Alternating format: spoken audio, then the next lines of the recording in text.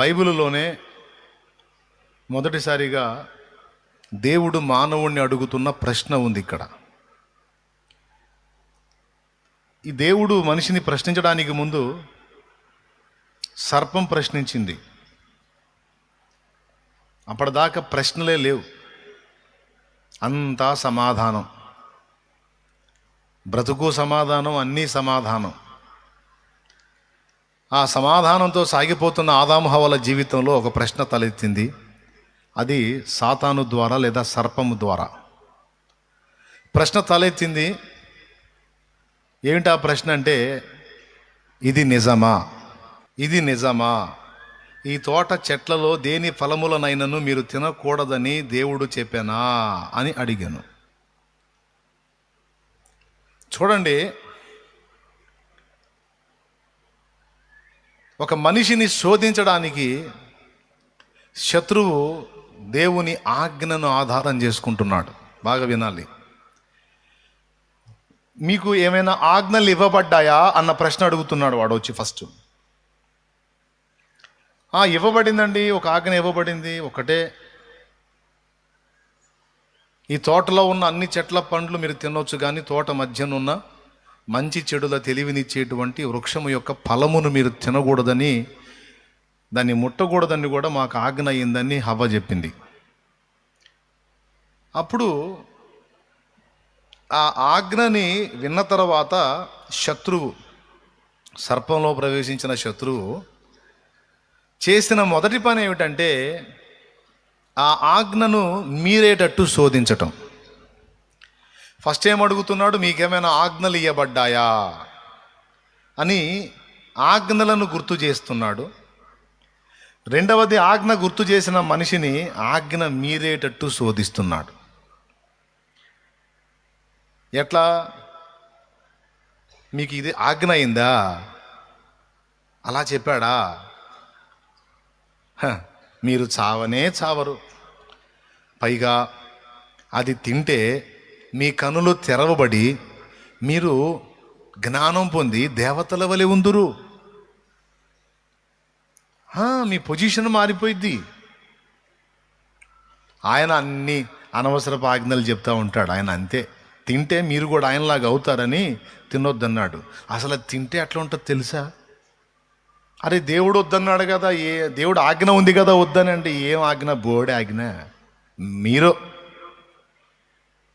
ఆజ్ఞలు, ఆచారాలు, హద్దులు అని పెట్టుకుంటే బోల్డంత ఆనందాన్ని లాస్ అవుతావు, బోల్డంత ఆనందాన్ని కోల్పోతావు. ఆజ్ఞ కావాలా? ఆనందం కావాలా? ఆజ్ఞ కావాలా? ఆధిక్యత కావాలా? ఆనందం కావాలి, ఆధిక్యత కావాలి. అట్లయితే తీసుకొని తిను. చచ్చిపోతారంట, చచ్చిపోతారు, చావనే చావరు అన్నాడు. చూడండి, ఆజ్ఞను మనకే గుర్తు చేస్తున్నాడు, మళ్ళీ అది మీరేటట్టు మనిషిని ప్రేరేపిస్తున్నాడు. సరే, ఆమె తిన్నది, వెనక ముందు ఆలోచించలా. ఇది మస్తు సార్లు మనకు తెలుసు. తిన్నది. తిన్న తర్వాత ఆమె భర్త కూడా కొని తెచ్చి ఇచ్చింది. ఆయన కూడా తిన్నాడు. తిన్న తర్వాత వాళ్ళ కళ్ళు నిజంగానే తెరవబడ్డాయి. తెరవబడి వాళ్ళని వాళ్ళు చూసుకున్నారు. వాళ్ళు దిగంబరులుగా కనపడ్డారు. వెంటనే ఎడమైపోయారు. ఎడమైపోయి అంజూరపు ఆకులను తీసుకొచ్చి కచడాలుగా చేసుకొని కట్టుకున్నారు, ఆకుల్ని కట్టుకున్నారు. ఇంతలో దైవస్వరం వినబడింది. వినబడేసరికి పరార్ అక్కడి నుంచి దాక్కున్నాడు పోయి. ఆదామా, నా కుమారుడా ఆదామా, ఎక్కడ నువ్వు అన్నాడు దేవుడు. అప్పుడు జవాబిస్తున్నాడు, తోటలో నీ స్వరం విన్నప్పుడు నేను దిగంబరిగా నుంటిని గనుక,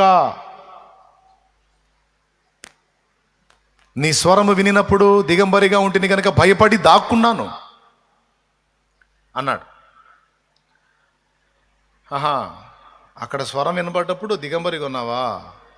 ఇప్పుడేదో అడ్డం కట్టుకున్నావు, దాక్కున్నావు. ఇప్పుడు నా ముందుకు రాలేకపోతున్నావు. నీ దిగంబరత్వపు సిగ్గు నిన్ను అడ్డగిస్తుంది. ఆ? అసలు నువ్వు దిగంబరివని నీతో చెప్పిన వాడెవడు అనేది ఇక దేవుడెత్తిన ప్రశ్న. ఫస్ట్ ఏమో ఆదామా నీవెక్కడా, రెండవ ప్రశ్న నీవు దిగంబరివని నీకు తెలిపిన వాడెవడు. రెండు పైన రెండు ప్రశ్నలు సర్పం నుంచి వచ్చినాయి, తర్వాత కింద రెండు ప్రశ్నలు దేవుడి నుండి వచ్చినాయి.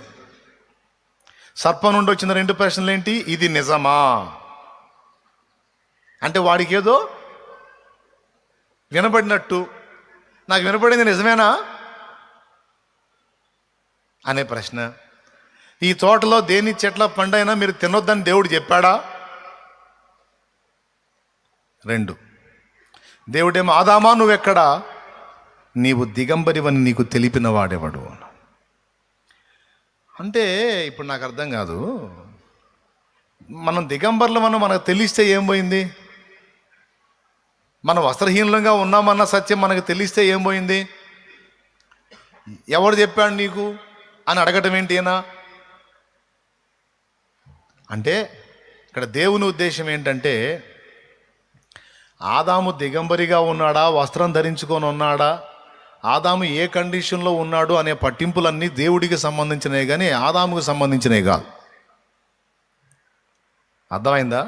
ఒక విధేయుడైన కుమారుడి యొక్క బరువు బాధ్యతలన్నీ తండ్రి వహిస్తున్నప్పుడు, వాని మంచి చెడ్డ బాగోగులన్నీ ఆయన చూస్తున్నప్పుడు అన్ని సంగతులు ఆయనే చూసుకుంటాడు. అది నీ పని కాదు.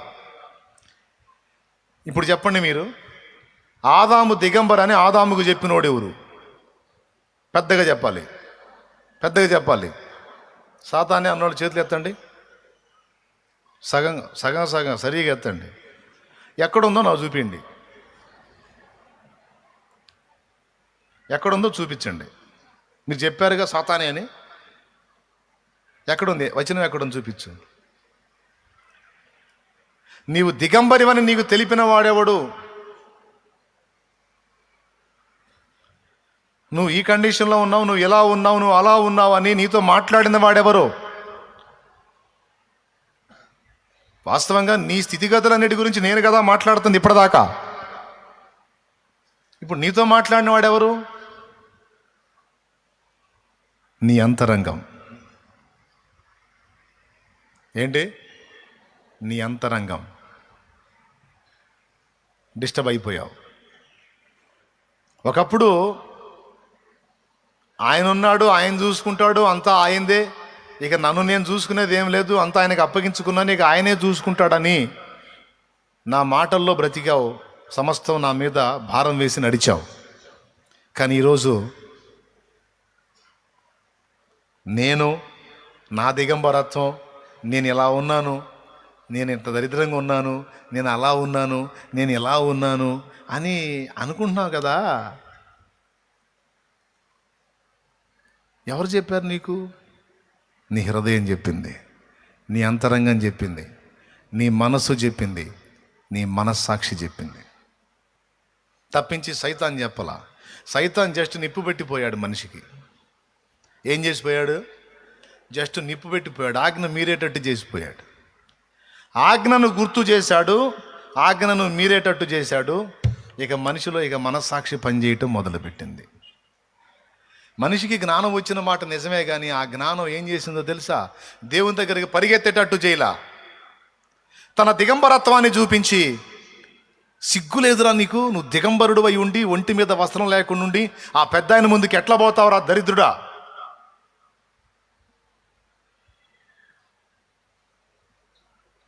ఇప్పుడు చెప్పండి, దోషారోపణ చేసింది ఎవరు మానవుడి మీద? దేవుడా, మానవుడి మనస్సాక్ష? దోషారోపణ చేసింది ఎవరో? మానవుని మీద దేవుడా, మానవుని హృదయమా? పెద్దగా చెప్పాలి. ఎస్. వాడు ఆ దోషారోపణ వ్యవస్థని రెచ్చగొట్టిపోయాడు. వాడు చేసిన పని అది. మనలో మనల్ని పాయింట్అవుట్ చేసేటువంటి వ్యవస్థ ఒకటి ఉంది, మనస్సాక్షి. హృదయం. దాన్ని గదిలిచిపోయాడు వాడు. ఇప్పుడు చూడండి, పెద్ద ఆయన వచ్చేటప్పటికి ఆనందంగా పరిగెత్తుకుంటా తండ్రి అని ఎదురుపోవాల్సిన వాడు ఇప్పుడు పోయి దాక్కుని తప్పించుకునే పరిస్థితికి వచ్చాడు. ఎందుకురా ఇట్లా అయిపోయావంటే, భయపడి దాక్కుంటున్నాను, నేను ఇలా ఉన్నాను కదా, ఇలా ఉండి నీ ముందుకు రాకూడదు కదా. అప్పుడు అన్నాడు, ఏమన్నాడు తెలుసా? నీవు దిగంబరివని నీకు తెలిపినోడెవడు? నేను వద్దని తినవద్దని నీకు ఆజ్ఞాపించిన ఫలములు తిన్నావా? అది తింటే నీకు ఆ స్పర్శ వచ్చింది, సొంత జ్ఞానం వచ్చింది, స్వచిత్తం వచ్చింది, స్వయం వచ్చింది. చేసావా ఆ పని అంటే అప్పుడు అంటున్నాడు, నేను కాదండి, ఇదిగో ఈమె ఒకదాన్ని ఇచ్చావుగా నాకు, నా ప్రాణానికి. తిన్నది తినట్లా ఉండాలి, తెచ్చి నాకు ఇచ్చింది. మనకి మళ్ళీ అది ఎట్లాంటిదని నాకు ఎందుకు ఇచ్చావు? తప్పించుకుంటున్నాడు. ఒకటి దిగంబరత్వాన్ని కప్పిపుచ్చుకోవటానికి దాక్కుంటున్నాడు, రెండు నేరాన్ని ఒప్పుకోకుండా దాక్కుంటున్నాడు. దేహ విషయంలో దాక్కుంటున్నాడు, నేరాన్ని ఒప్పుకోవాల్సిన విషయంలో కూడా దాక్కుంటున్నాడు. చూడు, దాగటమేక బ్రతుకంతా రహస్యంలోకి వెళ్ళిపోతుంది, మరుగున వెళ్ళిపోతుంది. బాధపడ్డాడు దేవుడు, ఎంత పని చేసావా?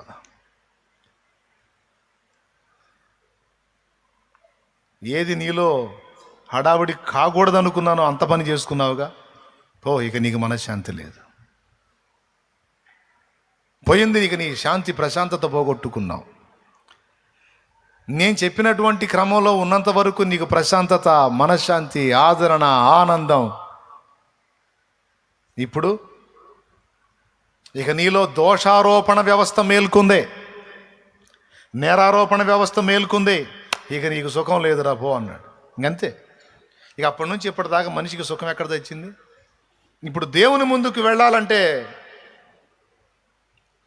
శత్రువు సంగతి పక్కన పెట్టు, మన హృదయమే మన మీద దోషారోపణ చేయటం మొదలుపెట్టింది. ఏమని? నువ్వు దిగంబరివి, నువ్వు ఎలా ఉన్నావు, నువ్వు అలా ఉన్నావు, నువ్వు దోషభరితమైన జీవితం కలిగి ఉన్నావు, నువ్వు పాపివి, నీ చూపులు మంచి కాదు, నీ తలంపులు మంచి కాదు, నీ నడత బాగలేదు, నీ వ్యవహారం బాగలేదు, నీ పర్సనల్ లైఫ్లో రహస్య పాపాలు ఉన్నాయి, నువ్వు దేవునికి ఆమోదయోగ్యం కావని నీకెవరు చెబుతున్నారు చెప్పు? ఎవరు చెబుతున్నారు నీకు?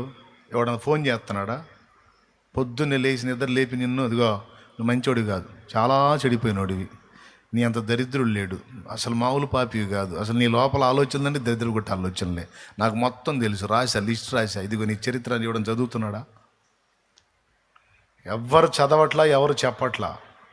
కానీ మన లోపల ఒక వ్యవస్థ, మనం మౌనంగా ఉన్నా సరే ఇది మాట్లాడుతూనే ఉంది. అది ఏమని మాట్లాడుతుంది? నీవు దోషివని మాట్లాడుతుంది, నీవు పాపివని మాట్లాడుతుంది, నీవు దిగంబరుడు అని మాట్లాడుతుంది, నువ్వు ఇలా ఉన్నావు అలా ఉన్నావని ఒక ఆరోపణ నీలో నీకు జరుగుతానే ఉంది. ఎక్కడో చోట ఏదో ఒక విషయంలో అపరాధ భావం అనేది నిన్ను వెంటాడుతూనే ఉంది. ఎంతమంది ఒప్పుకుంటారు? ఇంకా చెప్పాలంటే ఏదన్నా నీకు అంత ఇబ్బంది కలిగితే వెంటనే ముందు అదే గుర్తొస్తుంది, నీకు ఇంతే జరగాలి, మంచిదానివి కాదుగా, అందుకే ఇట్లా జరుగుతాయి, అంతే జరగాలి, నువ్వు మంచోడివి కాదుగా, నీకు ఇంతే జరగాలి, నీ బతుకు మంచిది కాదుగా, నీ బుద్ధి మంచిది కాదుగా, ఫలానప్పుడు ఏం చేసావు, ఫలానప్పుడు ఏం చేసావు అని ఎక్కడెక్కడి అని తవ్వకాలు జరుపుకొని వాటిని ముందు పెట్టుకొని ఇక దోషారోపణ, అపరాధ భావం, నీకు చివరికి ఏమైద్దా అంటే పోయి దేవునికి దూరంగా పోయి దాక్కున్నట్టు అయిపోద్ది. అందుకు దేవుడు అంటున్నాడు, నువ్వు దిగంబరివని అయినా, నువ్వు వస్త్రం కప్పుకున్నవాడివని అయినా, నువ్వు ఏదైనా అయి ఉన్నావు అంటే నువ్వు ఏమై ఉన్నావో అది ఏదైనా నేను నీతో చెప్పాలి, నేను నీతో చెప్పాలి. నేను చెప్పకుండా నువ్వెట్ట చెబుతున్నావు నేను ఎట్టున్నానని? కేసు రాయాల్సినోడు ఎవరు చెప్పండి? కేసు రాయాల్సినోడు ఎవరు? దేవుడు రాయాలి, అంతే. రైటర్ ఆయనేగా రాయాలి. కానీ మనిషి గతి ఏమైందో తెలుసా? తన మీద తానే కేసు రాసేసుకొని, తనకు తానే శిక్షను ఖరారు చేసుకొని, తనకు తానే ఆత్మహత్య చేసుకుంటున్నాడు. ఈరోజు ఎందుకు ఆత్మహత్యలు? ఎందుకు? నేను మంచోడిని కాదు, నా దగ్గరే ఉంది తేడా, నేను అందరినీ నమ్మాను, అందరూ మోసం చేశారు, ఇక నాలంటాడు బతకటం వేస్ట్. లేకపోతే నేను అనవసరంగా ఈ పనులు చేశా, అనవసరంగా ఆ పనులు చేశా, అనవసరంగా ఏదో 2 ఎకరాలు వేసుకునేది కడుపాత్రానికి పోయి 12 ఎకరాలు వేసా, మొత్తం పోయింది, ఇంకెందుకు బతకాలి? నేనే, నాదే, నా దరిద్రమే. ఏదో ఉన్నంతలో అంతవరకు తృప్తి చెందకుండా వ్యాపారాలను పెట్టి, ఆ వ్యాపారాన్ని పెట్టి అంత దరిద్రం అంతా నెత్తి తెచ్చుకొని ఇంటికి మొత్తాన్ని నాశనం చేశాడు పెట్టా. తప్పు నాదే. ఎందుకు బతకాలి నేను? పురుగు మందే కరెక్టు, ఉరితాడే కరెక్టు, నాలంటాడు బతకూడదు. తనకు తానే డిసైడ్ చేసుకుని, తనకు తానే తీర్పు విధించుకొని, తనకు తానే శిక్ష వేసుకోవటం, ఈ 3 ఎంత ఘోరమైనవో చూడండి. అందుకే దేవుడు అడుగుతున్నాడు, ఆరోపించాల్సినోడు ఎవరు? తీర్పు తీర్చాల్సినోడు ఎవరు? శిక్ష విధించాల్సినోడు ఎవరు? నేను కదా. నువ్వు వస్త్రంతో ఉన్నావో వస్త్రం లేకుండా ఉన్నావో నాకు తెలియదా? రోజు నేను నిన్ను కలుసుకోవటం లేదా? అసలు అది సరే కానీ, నీ దిగంబర దేహమైనా వస్త్రంతో ఉన్న దేహమైనా, అసలు నీ టోటల్ దేహాన్ని, అందులో అవయవాలు మొత్తాన్ని రూపించిన చేతులేవి? నా కుమారుడా, నిన్ను నిర్మించిన చేతులేవి నా కుమారుడా? నావేగా. నా ముందు దాగగలవా? దాచిపెట్టగలవా? ఓరి పిచ్చోడా.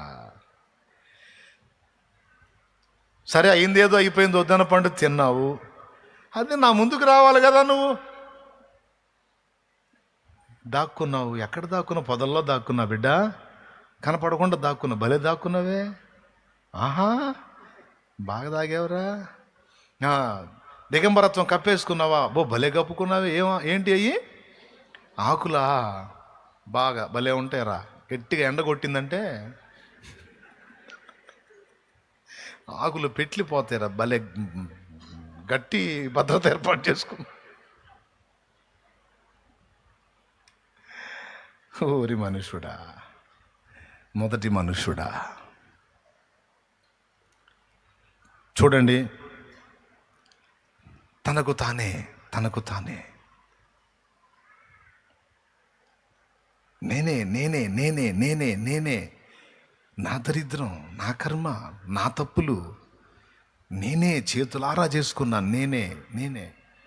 ఇక్కడ దేవుడు అంటున్న మాట ఏమిటంటే, నేనే అని నువ్వు అనుకొని, నీకు నువ్వే తీర్పు తీర్చుకొని, నిన్ను నీవే నాశనం చేసుకోవద్దు. ఓకే, నువ్వే దోషివి అయి ఉండొచ్చు, దోషం చేసి ఉండొచ్చు, ఆజ్ఞ మీరు ఉండొచ్చు, అపరాధం తెచ్చుకొని ఉండొచ్చు. కానీ ఇక్కడ నేనే దోషిని అని నువ్వు అనుకుంటే, ఆ దోషాన్ని నివృత్తి చేసి, ఆ దోషాన్ని పరిహరించి, నేను తిరిగి నార్మల్ పొజిషన్లో నిలబెట్టే నా దగ్గరకు వచ్చి నన్ను ఆశ్రయించాలి నువ్వు. అలా కాకుండా నాకు దాగటం ఏంటి? నువ్వు గుర్తుపెట్టుకో, నేను మంచోణ్ణని కానీ, వినండి బాగా, నేను మంచోణ్ణి అని కానీ, నేను చెడ్డోణ్ణి అని కానీ నీకు నువ్వు డిసైడ్ చేసుకోకూడదు. అర్థమైందా? నువ్వు మంచోడివో చెడ్డోడివో దేవుడు తీర్పు తీర్చాలి. దేవునికి స్తోత్రం కలుగును గాక. హల్లెలూయా. నువ్వు మంచోడివో చెడ్డోడివో దేవుడు చెప్పాలి. నువ్వు సిగ్గు కప్పుకొని ఉన్నావో సిగ్గు ఎరుగకున్నావో దేవుడు చెప్పాలి. చెప్పాలంటే ఎవరు ముందుకు రావాలి? అది అందుకు రమ్మని పిలుస్తున్నాడు. ఎవరినే? సర్వ మానవాళిని రండి. ఎక్కడికి రండి? ప్రభువునొద్దకు రండి.